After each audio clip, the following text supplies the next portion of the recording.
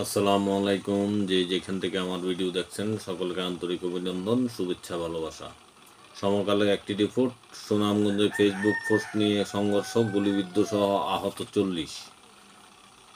খবরে বলা হয়, সুনামগঞ্জের জগন্নাথপুর উপজেলায় আশারকান্দি ইউনিয়নের জামালপুর গ্রামের সামাজিক যোগাযোগ মাধ্যম ফেসবুকে পোস্ট দেওয়া নিয়ে বিরুদ্ধে দুই পক্ষ সংঘর্ষ, 5 জন গুলিবিদ্ধ সহ 40 জন আহত হয়েছে।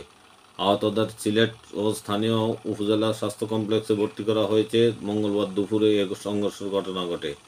পুলিশ ও এলাকাবাসী জানান, জামালপুর গ্রামের লেবু মিয়া ও রাজউদ্দিনের পক্ষের লোকজনের মধ্যে জমি দিয়ে বিরোধ চলছিল।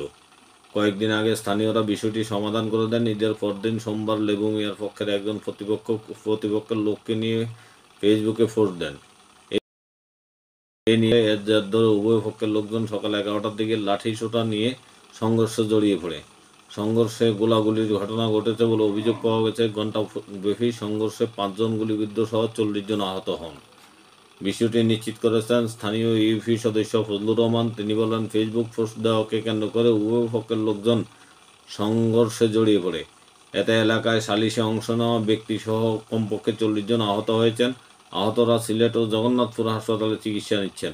বিষয়টি সামাজিকভাবে সমাধানের উদ্যোগ নেওয়া হয়েছে।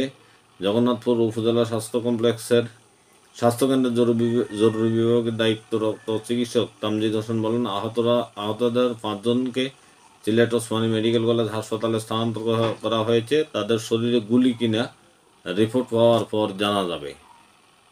জগন্নাথপুর থানার ওসি ভারপ্রাপ্ত কর্মকর্তা মাহফুজ ইমতিয়াজ ভূঁইয়া বলেন, পুলিশ ঘটনাস্থলে পৌঁছে পরিস্থিতি নিয়ন্ত্রণ নিয়েছে।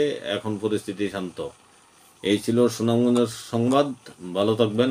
আল্লাহ হাফেজ।